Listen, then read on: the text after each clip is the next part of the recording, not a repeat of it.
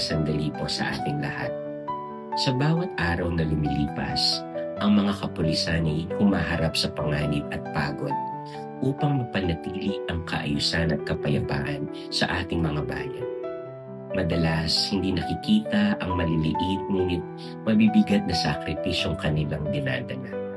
Ang mahabang biyahe, ang kakulangan sa pahinga, at maging ang sariling pamasahe na kanilang inilalaan upang gampanan ang tungkulin.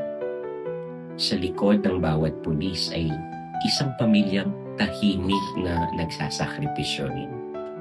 Mga asawang naghihintay, nag-aalala, mga anak na naghihintay at nag-aalala rin, at mga magulang na taimtim na nananalangin.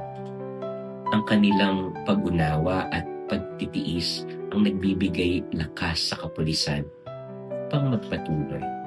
Kahit kapalit nito, ang oras na dapat sana'y kasama ang pamilya. Ang kanilang paglilingkod ay hindi lamang propesyon, kundi isang tahimik na handog. Isang patunay na ang tunay na serbisyo ay nagmumula sa pusong handang magsakripisyo para sa kapwa.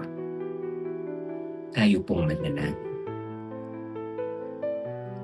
Panginoon, iniaalay po namin sa iyo ang mga kapulisan at ang kanilang mga pamilya. Bigyan mo sila ng lakas sa bawat pagod, tapang sa bawat hamon, at pag-iingat sa bawat paglalakbay.